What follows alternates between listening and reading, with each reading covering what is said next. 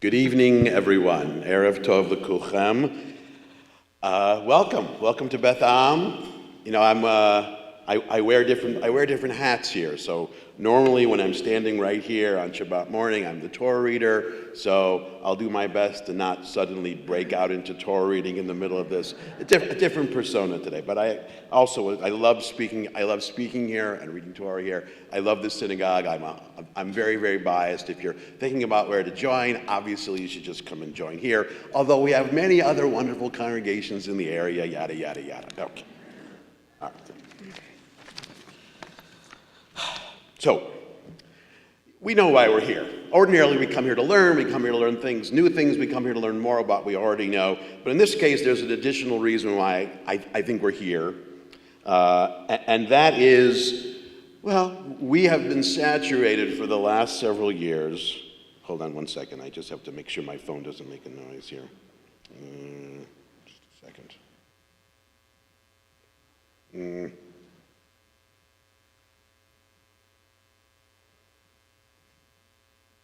We have been saturated for the last several years, well, certainly the last 3 years and even before October 7th, with comments and diatribes and claims which are not only disturbing and confounding because they often disagree with our own point of view, but they're difficult to hear because they contradict that which we know intuitively and instinctively to be historically true. I don't know about you, but sometimes when I'm engaging on this subject, it feels like I'm arguing with someone about whether or not we're in July or not. And, well, it's a tenacious point of view, and it's gotten more and more tenacious as time has gone on. And so the goal of this series is really twofold.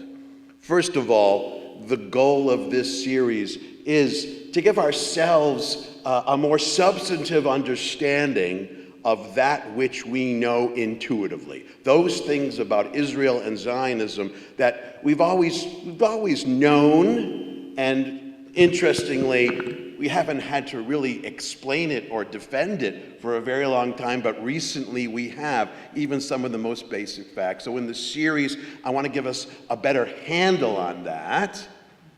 At the same time, I want to understand where this anti-Israel movement came from, where this anti-Zionism came from. So what we're going to do in this series, we've got 3 sessions. So in the first 2 sessions, we're going to take care of the first goal. In the first 2 sessions, beginning this evening, we're going to focus on what I think are the 2 aspects of this subject that are really the source of most of the confounding comments and points of view. So this evening, we're going to talk about Zionism, what it is and what it's not.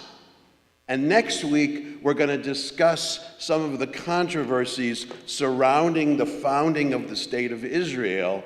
In particular, next week, we'll talk about the Nakba, a term I'm sure you have heard, and where the term comes from and what it means and what it has come to mean and how it's been pulled in all different directions. And then in the last week, we'll use what we've learned in the first 2 sessions to really confront head on what has come to be known as anti-Zionism. In the last week, spoiler alert, we will see that this point of view did not emerge organically out of nowhere. It was something that was deliberately and self-consciously designed for a very particular purpose and grew out of a very particular moment. So that's what we're going to do in this series. Now, like Todd said, this is something I have been talking about a lot for the last 3 years. If you are a university professor or a college professor, especially if you're someone on a college or university campus who is pro-Israel and openly Zionist, and has the knowledge to do it, you find yourself in the situation of having to defend not so much a point of view, but an aspect of our history, which in many ways has been, well, distorted or challenged. So I've spent a lot of time doing it. Now, yes, Todd said I'm on campus, and I've had confrontations with students. I want to be clear. I have colleagues elsewhere that have much more serious confrontations. I've never been physically confronted by any students. The students have managed, other than the screamers who occasionally yell things at me, that sort of mindless, self-infantilizing tantrums. Other than them, most of it has been constructive. Not as constructive as it was, but it's there. But it is something that I have had to do. Honestly, and something I'll talk about in the third session, I find my colleagues much more frustrating than the students. But that's why we're here, and that's what we're going to do this evening. So this evening, we're going to begin with the question of Zionism, the Jewish national return. So let me start by mentioning a survey I saw about 6 months ago. This was a survey of American Jews, and I can't remember who took the survey. I think it was either ADL or AJC or an organization like that. It doesn't really matter. And within this survey, they asked a broad range of Jews across the political spectrum, across the country. They asked them a series of questions, including the following 2 questions. They asked, do you support the existence of the state of Israel as a Jewish state? And nearly 90% of Jews surveyed, Democrats, Republicans alike, said yes. Another question they said, do you consider yourself to be a Zionist? 80 to 90% said no. Now, some of you may already sense why that's a little odd, because really it's the same question, because that's the most basic definition of Zionism, the right of the state of Israel to exist as a Jewish state. And it's basically the same question that got 2 diametrically opposed answers. And the way that's possible, really the only way that's possible, is if the popular meaning of Zionism itself has been contorted and distorted beyond recognition. And that's really what's happened. Zionism at some point in the last, we could probably find the first seeds maybe 50 years ago, but certainly more recently, Zionism has become a bad word. To be a Zionist, you are automatically implicated in a series of crimes, a series of vile acts. This wasn't always the case. Now, I'll say from the outset, this is not the first time that we as the Jewish community have experienced this, because the word Jew originally was not a bad word, but sometime, I would say around 1800 years ago, give or take, the word Jew was turned into a bad word, and to be Jewish was conflated with a whole lot of things. It's a very similar kind of thing. And this is why, given this has happened, this is why I think a clearer understanding of Zionism and by extension of what the state of Israel is, and an understanding of what it's not, is absolutely essential. So that's what we're going to do tonight. Incidentally, if you haven't silenced your cell phones, do that. But also, if you haven't heard me speak before, I'll say my spiel. I promise I'll leave time for questions. There will be time for questions. So if you have a question, write it down, save it, make a mental note. We'll have time for questions. All right. Let's begin by defining some terms. All right? So before we define the term Zionism, let's define 3 terms that we need a clear understanding of in order to really address this subject. And the 3 terms are, first, the state of Israel, Medinat Yisrael, the land of Israel, Eretz Yisrael, which are not exactly the same thing. And the third is, the most important to define, Palestine.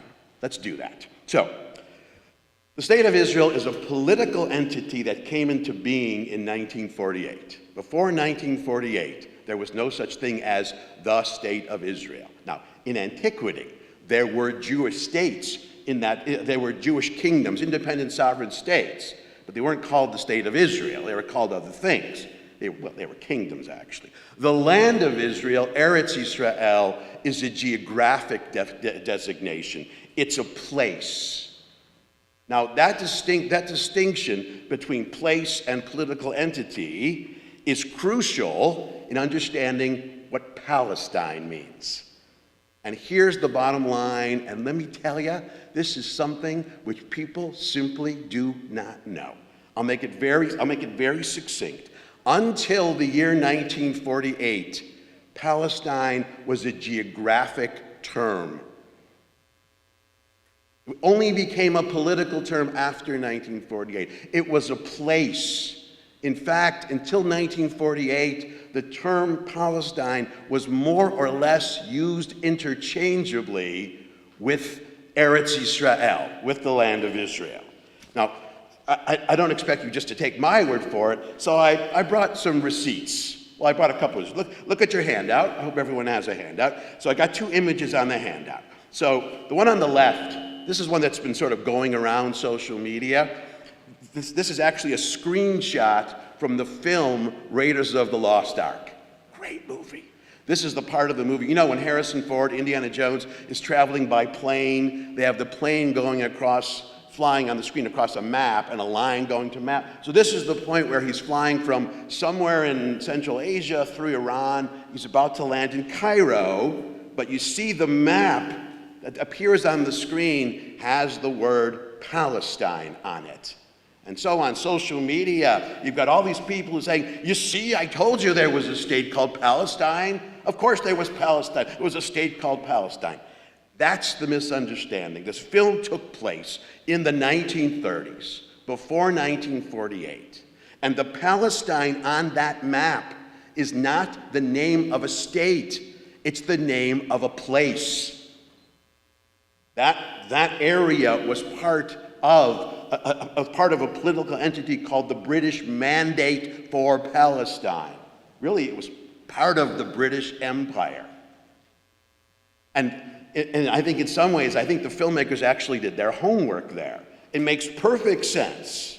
And that could have just as easily said the land of Israel. Look at the other image. This is the one that really illustrates how the two terms are the same. This is a coin that was minted by the British during the Mandate era, when Palestine / the land of Israel belonged to the British. And if you look at this coin, it has the word Palestine in 3 different languages. It was minted first in 1927 and then in 1944. So you have the word Palestine in Arabic, Palestine, you have Palestine in English, you have Palestina in Hebrew. But after the Hebrew, in parentheses it says, in Hebrew, Aleph Yud, which is an abbreviation for Eretz Yisrael, the land of Israel. On this coin, Palestine and the land of Israel appear side by side because until 1948, they were synonymous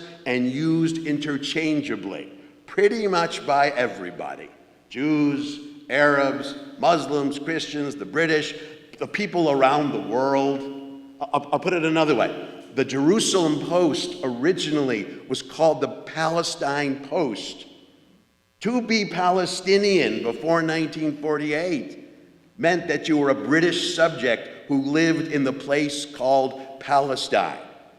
And you can go online and find dozens of images of Palestine pre-1948 where it refers to the Palestine Symphony and the Palestine Airline. And these are Jewish airlines, and you see it written in Hebrew. These are not Palestinian in the post-1948 sense. Now, what happens after 1948? The geographic term, the exclusively geographic term Palestine, was infused with a political meaning, an additional meaning, as a way of rejecting the legitimacy of the new Jewish state of Israel that had been founded in 1948.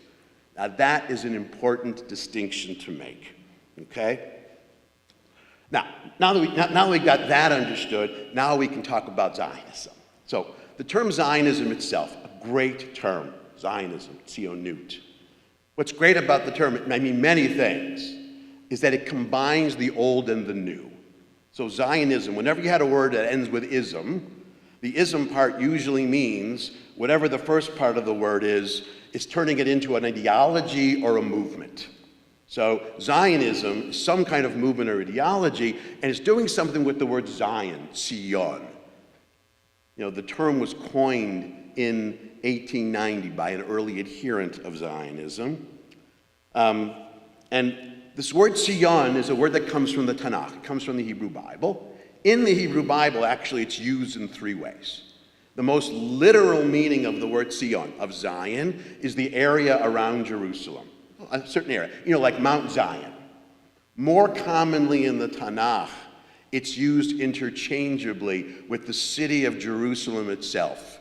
We know that, for example, a lot of the prophetic writing is poetic, it's poetry, and in poetry, typically, when you have a parallel structure, the two words in the parallel structure, they mean the same thing. So that famous line from the prophet Isaiah, chapter 2, which we say in shul all the time when we take out the Torah, Ki mitzion tetzeh Torah, from Zion will come the Torah, Udvar Adonai miYerushalayim, and the word of God from Jerusalem. So in this poetic construction of Isaiah, the Torah and the word of God are parallel, and Zion and Jerusalem are parallel. So that's a broader meaning of Zion. It's used interchangeably with Jerusalem. Elsewhere in the Tanakh, still a third meaning, there are places where Zion is used as a metonym for the entire land of Israel. And so Zionism is a movement or belief that believes in the creation of a sovereign Jewish state in the historic homeland of the Jews, the land of Israel. Now here's where we have the blending of the old and the new. Because, Zionism as a political movement began in the 1880s. Really, it began in 1882. Long story short, in the aftermath of pogroms in Russia and disillusioned Jews, that's a separate story.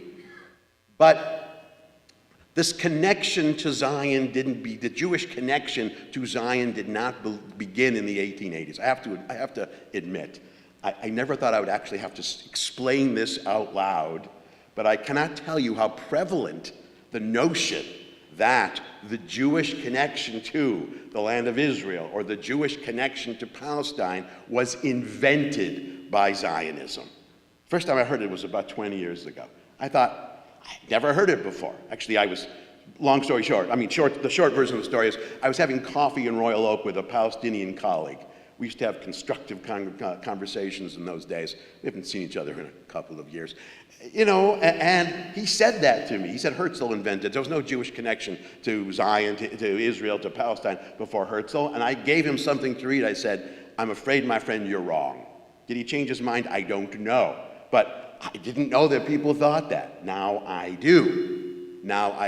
So prior to the rise of Zionism, there was this deep Jewish connection. In fact, in some ways, Zionism is a modern variation of an older theological concept in Judaism called Shivat Zion, the return to Zion, the messianic return to Zion. Now, this is an idea that dates all the way back to the destruction of the temple, to the beginning of the diaspora itself, that at the end of days, the Mashiach, the Messiah, will lead the Jews back to the land of Israel. Now, it's interesting. If we want to compare Zionism and this messianic return to Zion, Shivat Zion, in some ways they're similar. I'll put it this way. If we were to film like a fast action aerial video of what this messianic return to Zion is envisioning and what Zionism as a movement is envisioning for the future, it will look the same. Jews from all over the world returning to the land of Israel. It's envisioning the same future for the Jewish people. The difference is that this older Shivat Zion is a divinely driven process. Jews in the diaspora / in exile are told to wait until God sends the Mashiach to lead them back. Zionism as a modern movement was founded as a secular movement, a human movement. One of the founding principles of Zionism is that we're not going to wait for the Mashiach. We are going to make this return happen through human means. It is a human secular movement. So in that sense, it's something new as a political movement. But the connection is not new. The connection to Zionism goes all the way back. And one of the reasons why this is so important is at the core of the anti-Israel, anti-Zionist argument, I'm going to mention a little here, we'll delve into more depth in a couple of weeks, is this claim that Zionism as a movement is guilty of the following original sin, and the sin is called settler colonialism. I'm not going to elaborate it right now. For now, just suffice it to say, first of all, there are a lot of people who throw out the term settler colonialism because it's a big fancy word that 90% of the people who use it don't understand it, and they certainly don't understand why the word settler was added. It turned colonialism into settler colonialism, but they say it. And the reason they say it is because they want to present the conflict between Jews and Palestinians in the post-1948 sense of the term, as a conflict between an indigenous people and a foreign, invading, colonizing people. The problem with that argument is that it starts the argument from step two. It skips an important question. It glides over an important question, that being, are Jews indigenous to Israel? That argument that somehow Zionism was a form of colonialism, it only works if you assume that Jews were not indigenous. Do you follow that? You can't colonize your own land. And if Jews are indigenous to Israel, then the conflict is still a conflict. And it's tragic in a lot of ways, but it's a conflict between two indigenous peoples trying to figure out how to share the land. That's different than one indigenous and one foreign. Because if it's one indigenous and one foreign, we tend to root for the indigenous peoples. But think about it. The conflict between native tribes in the United States and the federal government is very different than the conflict between the Apache and the Chippewa. Those are two very different conflicts. They can be equally bloody and equally unfortunate, but they're very different. So I think it's worth it. Let's take a minute this evening to explore this question of whether or not Jews are indigenous, because there are a lot of people presuming that we are not indigenous people. And what we need to do that, in order to do that, is we need a really good working definition of indigeneity, of what it means to be indigenous. Now, I could give you one that I made up, but instead, we have a good working definition. Now, I'm going to tell you where it's from. Some of you are instinctively or reflexively going to want to boo a little bit. That's okay. I mean, boo in your minds, okay? The best working definition of indigeneity comes from that wonderful institution known as the United Nations, okay? Oh, good, nobody booed. Sometimes I say the word United Nations and, okay, good. So if you look at your handout, they crafted a working definition. I don't want to read that long paragraph. Look at page 2.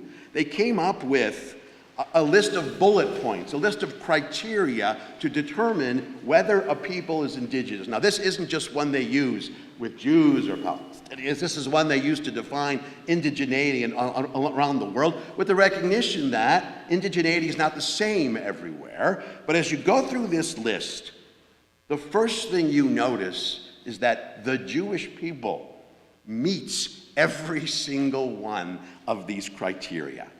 Now, I could spend an hour and just do that tonight. Maybe that's for another time. But for now, let's just take a couple of them. The first one says, one of the criterion for indigeneity, self-identification as indigenous peoples at the individual level and accepted by the community. In other words, do Jews think they're indigenous to Israel?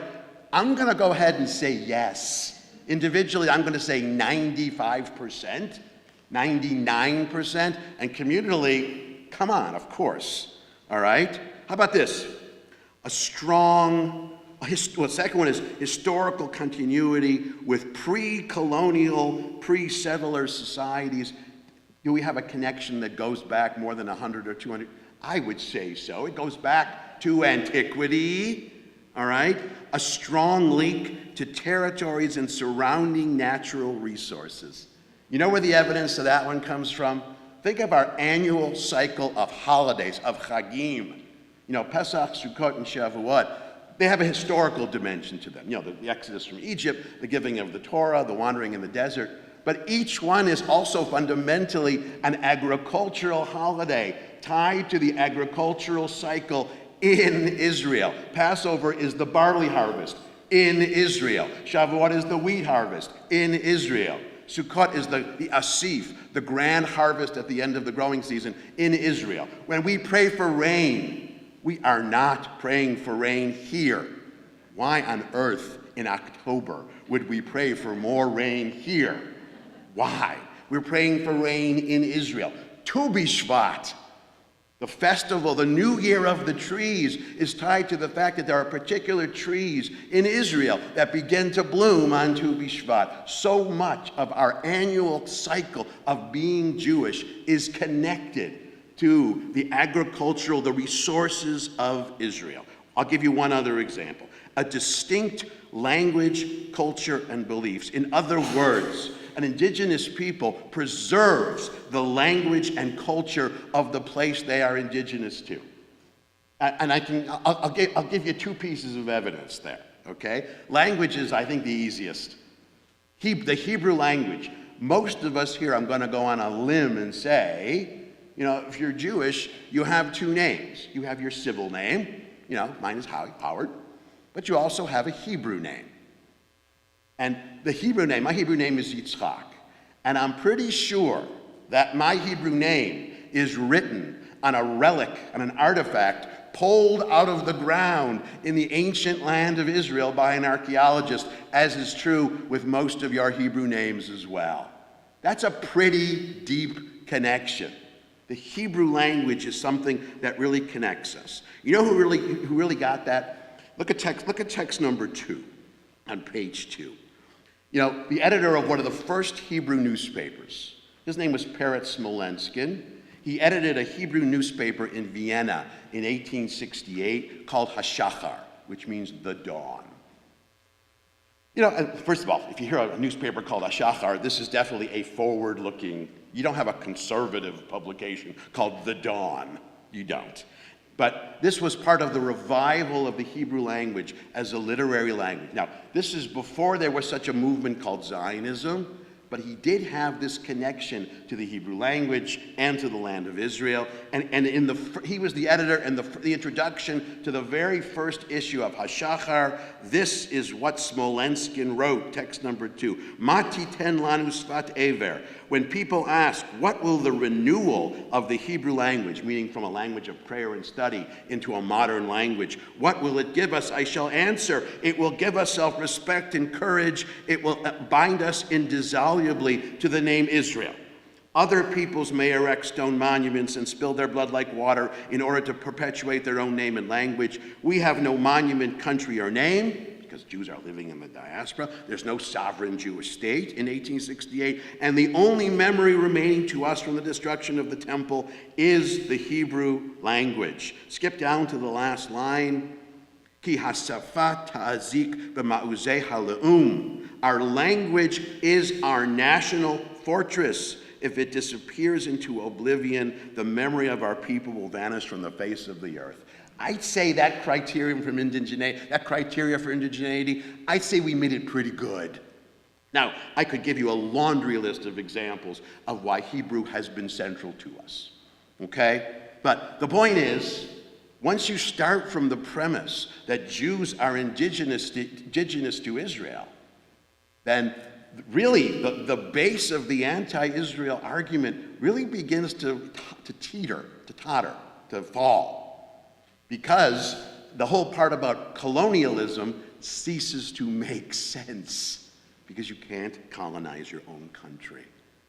And this is the aspect of Zionism which often gets overlooked. This older connection, Zionism, though a new movement, is deeply and intimately connected with what came before. It is the latest expression of the Jewish connection to the land of Israel and is the latest expression of Jewish indigeneity in Eretz Yisrael. Okay? Now, we all follow that. Okay, good. I'm going to ask one little follow-up question to that. You know, I've laid it out. Why do people have so much trouble understanding that? Why is that a difficult concept to grasp? I would say partly because there's a duration problem, there's a temporal problem. The history of the diaspora is long. You know, since antiquity, the majority of Jews in the world have lived somewhere else other than the land of Israel. It's been a long time. Prior to 1948, it was a long time before the land of Israel was the physical, political, economic center of the Jewish world. There were diaspora communities. Moreover, even some historians I know will look and say, there was this flourishing Jewish community in Warsaw, and there was one in Vienna, and there was one in Salonika, and there was one in Baghdad. Can't we say that this is where Jews are from? Doesn't that make more sense than this old connection? You know, I was giving a talk at Wayne to a rather antagonistic audience, and there was a gentleman in the audience who was Palestinian, who at some point he was getting very frustrated with me. It happens. Trying his hardest to remain polite and civil. He just managed to do it. But at one point, maybe during the questions, he said, why do I keep having to hear about this belief from 4,000 years ago? And I said to him, sir, first of all, it's not from 4,000 years ago, it's from 3,000 years ago. Secondly, more importantly, it's not a belief from 3,000 years ago, it's a belief for the last 3,000 years. That's different. He had trouble getting his mind around it. But this diaspora experience has given the impression to those who don't know better that somehow we're part of other places. But that's simply not the case. You see, the second part of this is, or the answer to that, or the reason that doesn't make sense is, wherever Jews have lived, even where places where Jews have thrived for centuries or millennia, at no point did any Jew in the world ever consider himself or herself indigenous to anywhere outside the land of Israel. There was a Jewish community in Baghdad since antiquity, but Jews who lived in Baghdad, even if they lived there for generations and thrived there, they never considered themselves to be of that place. They lived there, but they weren't of the place. Ditto Warsaw, ditto any Jewish community anywhere, ditto Salonika, ditto whatever. Jews never saw themselves as being indigenous. And there certainly are no American Jews who consider themselves to be native to America. I mean, unless it's someone from a native tribe who converted to Judaism. But no, we're not from here, and we're not from Eastern Europe. We're from, that's where our heritage goes back. Genealogically, that's where we go back. Even Jewish communities in Germany for 1,000 years did not ever consider themselves to be indigenous to that place.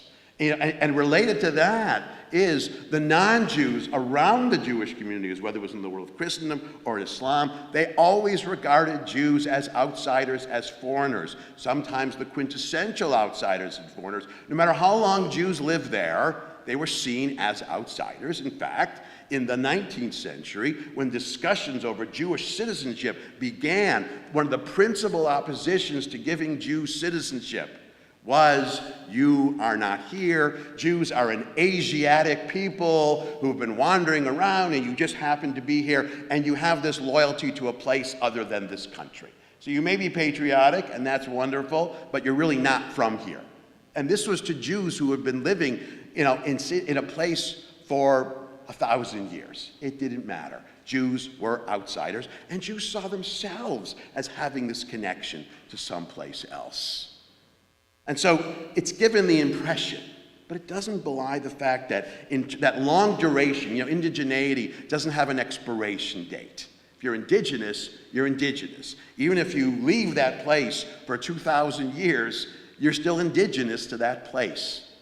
That's it. That's how indigeneity works. Okay. So that's the sense of that's the way in which Zionism is rooted into this older part, this older Jewish world. Let's turn to the ways in which Zionism was something new. Zionism, in many ways, was a revolution in Jewish identity, without question. in two respects.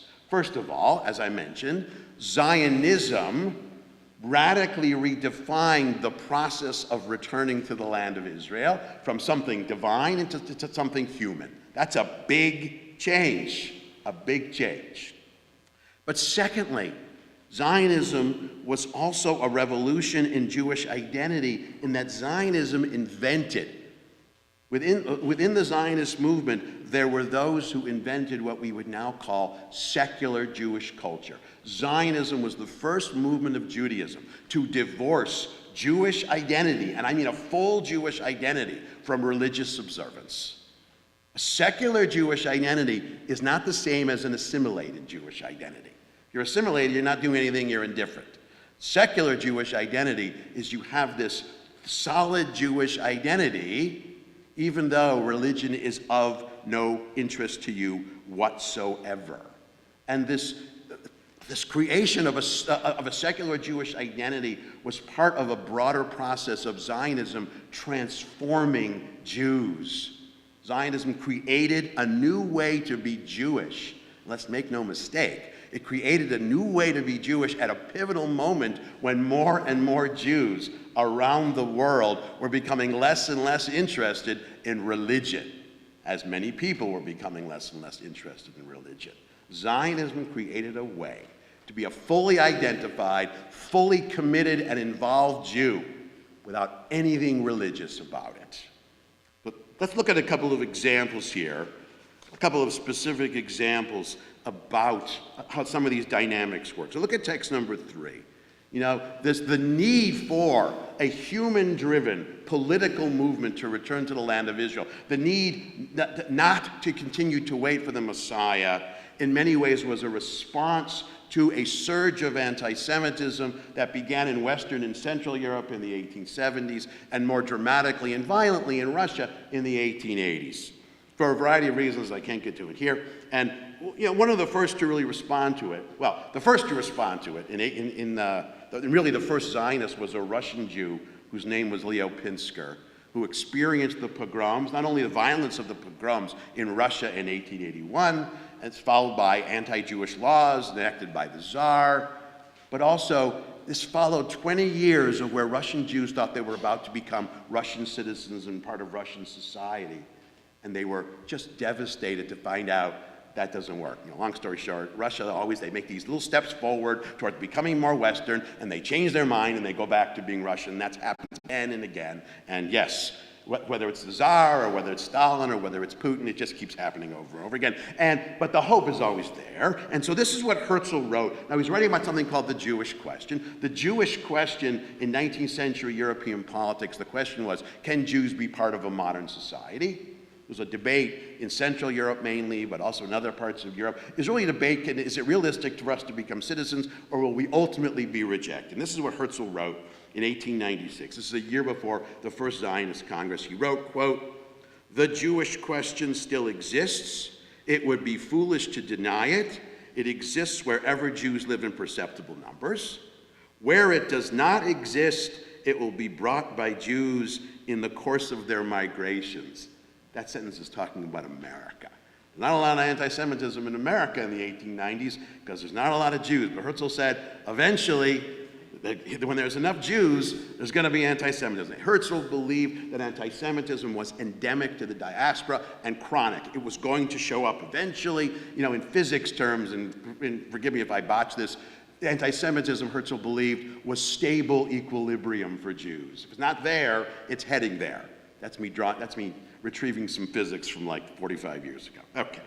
But Herzl, he says the Jewish question must find a solution on a political basis. For Herzl, the only solution to the endemic nature of anti-Semitism in the diaspora was sovereignty, was Jews regaining sovereignty in their sovereign Jewish homeland in the land of Israel. And he founds the dimension of Zionism that we now call political Zionism. Okay? Now, not all Zionists, well, they agreed with Herzl's political definition of Zionism, but there were those who thought it wasn't enough. They believed that Zionism, it's not just a matter of moving Jews from one place, from a diaspora location to a sovereign state, there has to be this broader transformation. And this broader transformation, it came piecemeal. One of the first to express the notion of Zionism needing to transform Jews was a contemporary of Herzl, actually a close colleague of his named Max Nordau. You know, they had similar upbringings. They were both born in Budapest, and eventually Herzl went to Vienna and Nordau went to Paris. They both witnessed the Dreyfus Affair. Nordau, he agreed with Herzl, but he said, this is the transformation he was arguing. He wrote a book called Muscular Jews. This is text number 4 in 1903. And this is what he writes. And remember, he's writing about why are Jews languishing in the diaspora? Why are so many Jews for so long have had so much trouble? In the narrow Jewish street, our poor limbs soon forgot their gay movement. In the dimness of sunless houses, our eyes began to blink shyly. The fear of constant persecution turned our powerful voices into frightened whispers that rose in a crescendo only when our martyrs on the stakes cried out. Jews get picked on and persecuted because they are physically weak, and Nordau's solution is Jews must become robust and physically strong. Now, this is a very limited way of addressing this importance of transformation. Nordau's solution was he created Jewish sports clubs in Central Europe. Now, so Jews would play gymnastics and swim and fence and play soccer. They would get bigger and stronger, and they wouldn't get picked on. There's something to it, that robustness, that it would belie the stereotype of that weak, cerebral Jewish yeshiva student, you know, sitting over the book and like looking, I would say, being more bookish and cerebral as opposed to physically robust. Incidentally, the names they chose for these sports clubs were names of physically robust heroes from Jewish history. Samson, Bar Kokhba, who led a revolt, and of course the most famous, Maccabiah. This was the beginning of the Maccabiah Games, the concept of the Maccabiah Games. Now, this notion of transformation was expressed more succinctly by a Russian contemporary of Herzl and Nordau, whose name was Asher Ginsburg. He came from Odessa. Actually, he came from a smaller town called Zamość and then Odessa. And he's the one who really invented more broadly the notion of secular Jewish culture. He wrote with the pen name Echad Ha'am, which means one of the people, a very ironic pen name because he was a huge intellectual snob who wanted nothing to do with the unwashed Jewish masses. But like many intellectuals, he felt he spoke for them. In this case, he did.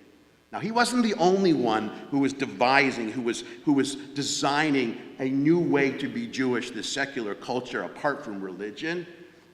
A contemporary of his, I think lesser known, his name was Chernichovsky.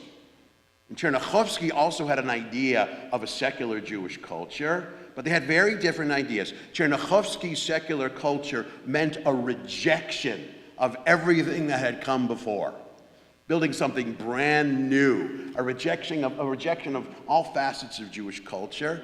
Echad Ha'am said, no, that's not what we're going to do. That will never work, first of all. What we're going to do is we're going to take all of existing Jewish culture and history, from the Tanakh all the way on, and we're going to revalue it, we're going to refashion it in secular terms.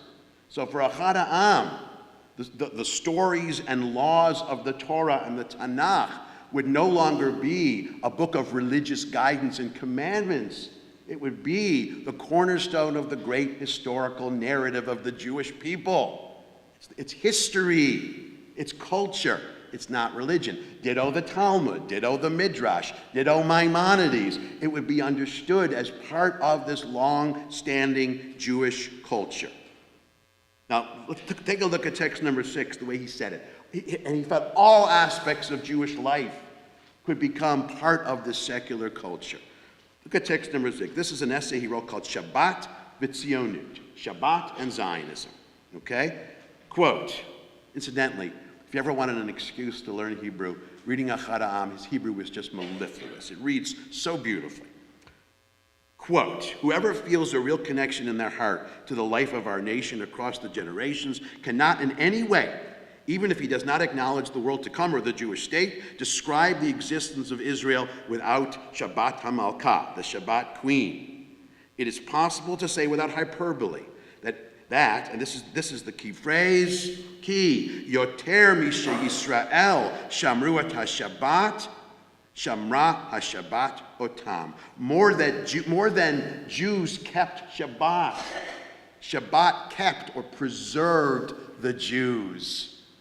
And he meant this not in a religious sense. He meant Shabbat as the time when the family would gather, as a time when the whole Jewish community would make an abrupt change in its routine and be together on Shabbat. He wasn't interested in the religious dimension. He was interested in the social dimension, the glue of what it means for Jews to have Friday night, to have Shabbat dinner together, whether they're religious or not. What he's really envisioning, what Beth Ahm really envisioned here, is Tel Aviv.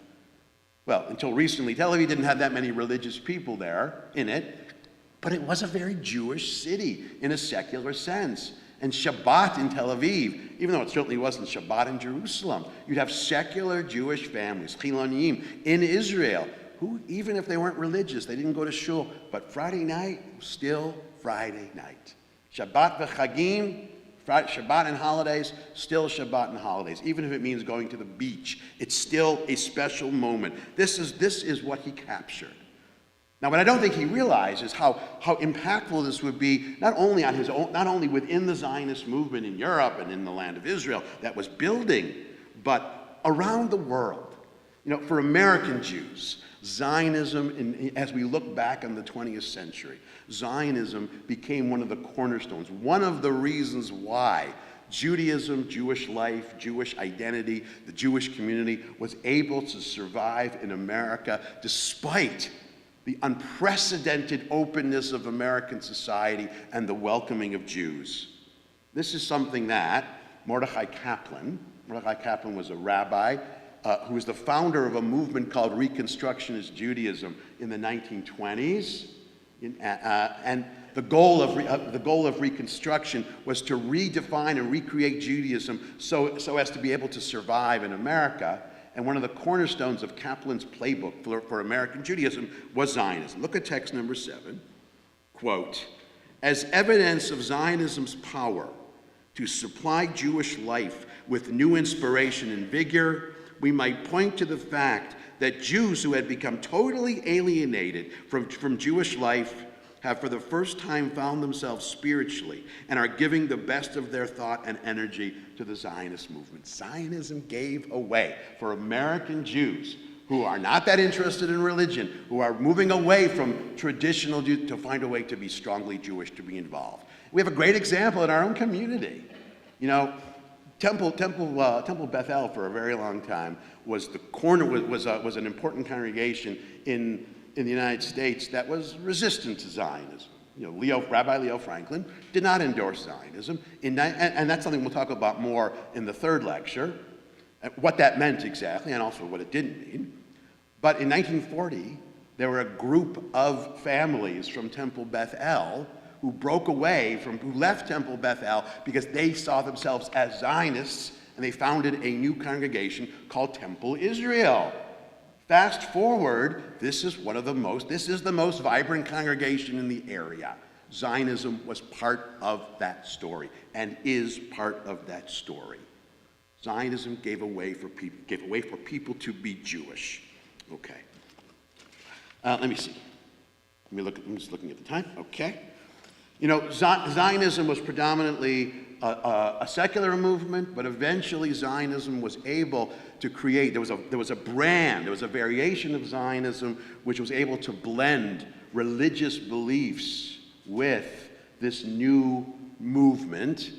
And this was a kind of Zionism called Mizrahi Zionism. Now, Mizrahi is a tricky word, because Mizrahi in Hebrew now has two meanings.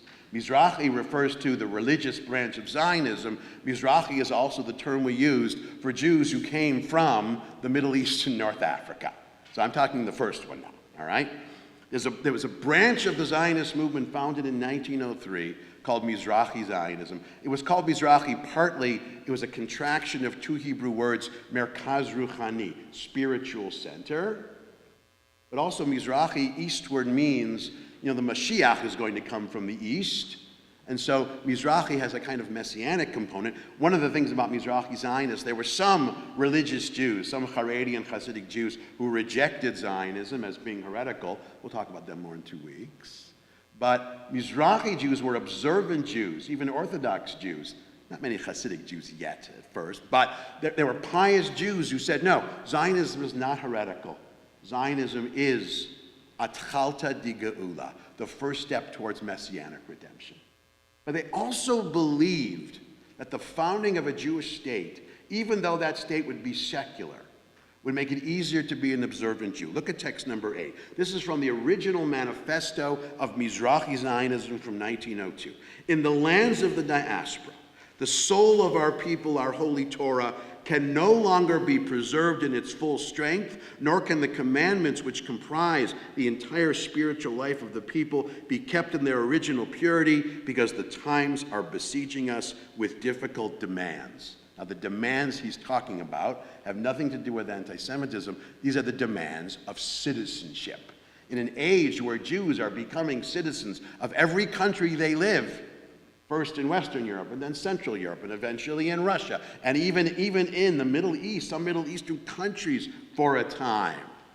It's more difficult to be an observant person in this new area. It is impossible for us to respond to those demands without ignoring the holy treasure entrusted to us at Sinai, without, God forbid, turning into a thing of little value in our eyes. Long story short, what Mizrahi Zionism imagined is that even in a secular Jewish state, it would be easier to be observant than in a state that wasn't Jewish. And Shabbat is the best example, because in Israel, even though probably 70 or 80% of Israelis do not observe Shabbat, of Jewish Israelis don't observe Shabbat, it's easier to observe Shabbat when it's a national holiday and no one expects you to go to work or go to school. You know, Jewish children in Israel, even if they're secular, they don't have to miss school on Rosh Hashanah or Pesach or Sukkot, which, let me tell you, that's a pain. They don't have to do it because even though it's secular, it's easier. In a country where the public institutions have to have kosher food, hey, it's easier to be observant in Israel, no question about it. Okay. I'm going to make 2 last points quickly, okay? Because Zionism wasn't only about creating a system of beliefs. Zionism was also a way to build the state, to build a state. And here we have another term, or terms, that we need to define, terms that are conflated. If you look back to the front page of your handout, where I say a few key terms, the whole process of Zionists building settlements in Israel, there's a little confusion about it. And part of the confusion stems from the fact that there are many people who don't speak Hebrew, are not aware that there are 2 different Hebrew words for settler and settlements. Okay? So first, there's the word mityashvim, which means settlers, and hityashvut, which means settlement. There's also the word mitnachalim, which means settlers, and hitnachalut, which means settlement. Now, what's the difference between these 2 words?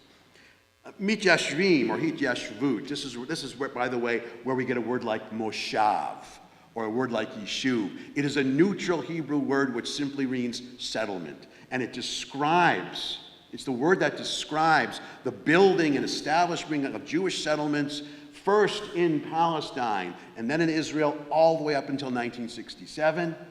And the settlement project of Hityashvut was guided consistently by 2 goals, by two rules.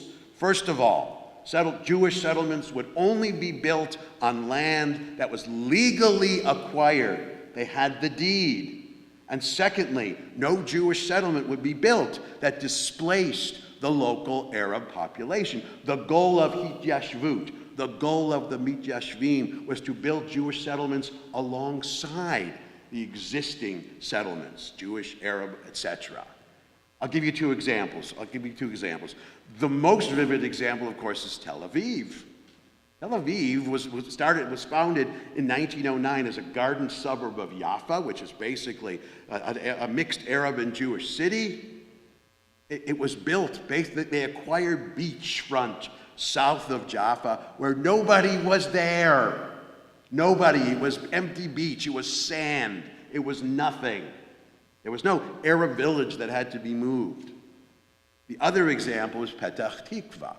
Petach Tikva is a little further north. It's in an area where it was basically in the 1880s, it was swampland, and a group of Jewish chalutzim, Jewish pioneers, they went and looked at this swampland and said, first of all, not only was there nobody there, but no one living in Palestine at the time even thought this area was habitable at all. And you know the story. The chalutzim, they drained the swamps, they killed the bugs to get rid of the malaria, and they built Petach Tikva not only in a place that was uninhabited by anyone, but that no one ever thought anyone would ever live there. You know, the story of the founding of Petach Tikva, this is the legend, this is kind of folklore, about a guy named Yoel Moshe Solomon, when he and a few others rode out, onto a hill overlooking the Yarkon Valley.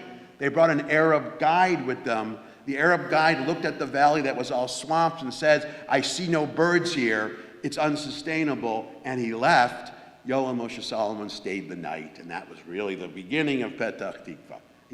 The legend is, V'huni shar al hagiva v'bein chatzot la'or pitom tzamchu leSolomon knafayim shel tzipor. Solomon stayed the night, overlooking the swampland, and between midnight and dawn, he sprouted wings. It's a tale. La'an hu'af, la'an parach, einish asher yeda, ulai hayaza rak chalom, ulai rak agada. Where he flew, no one knew. Maybe it was just a story, just a legend. When dawn arose over the trees, the Yarkon Valley was full of birds. And there are those who say, there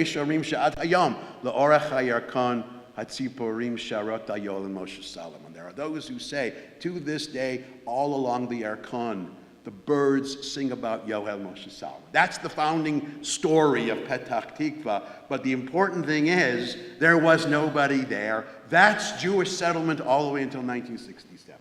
Now, after 1967, the settlement movement that began to build settlements on the West Bank, which in 1967 recently became part of Israel, they didn't see themselves as mityashvim, they saw themselves as mitnachalim. Now that's a different word.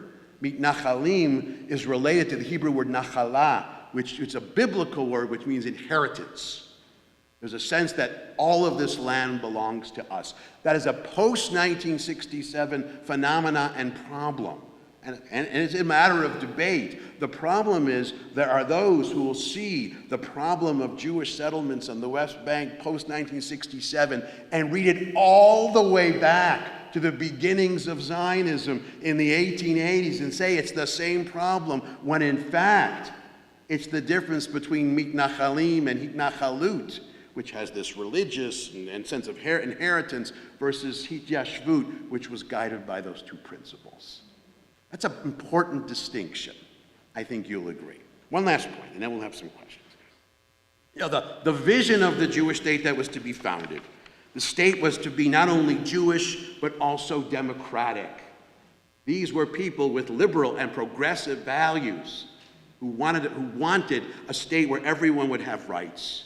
And across the spectrum of Zionism, from Ben-Gurion on the left all the way to Jabotinsky and Begin on the right, there was this unanimity about the fact that the state had to be both.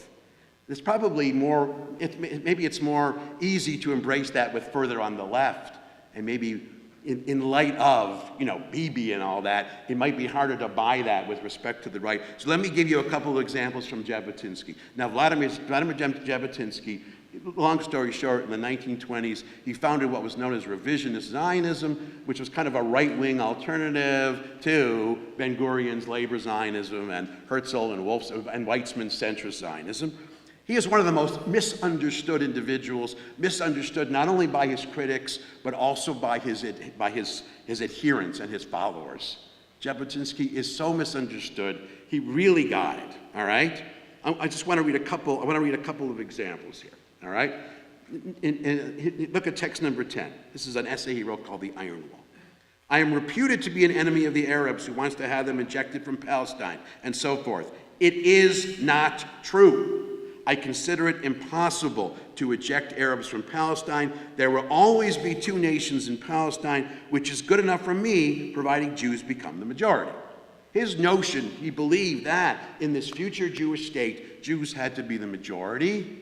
But the reason Jews needed to be majority was not an end in of itself. It was a means to an end. Because only if Jews are a majority can the state be both Jewish and democratic. And that's what he wanted. Look at text number 11. The main aim of Zionism is to create a Jewish majority in the land of Israel on both sides of the Jordan. This is not the ultimate aim of the Zionist movement, which further loftier ideas like the solution of hardship to Jews around the world and the creation of a new Hebrew culture. That's Herzl and Beth Ahm. But the precursor condition to all these ultimate aims is a land with a Jewish majority.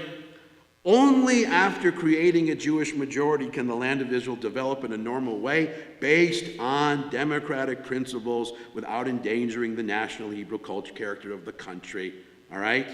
And look at number 12, along similar lines. We define our position on the Arab question by a clear recognition of an objective fact.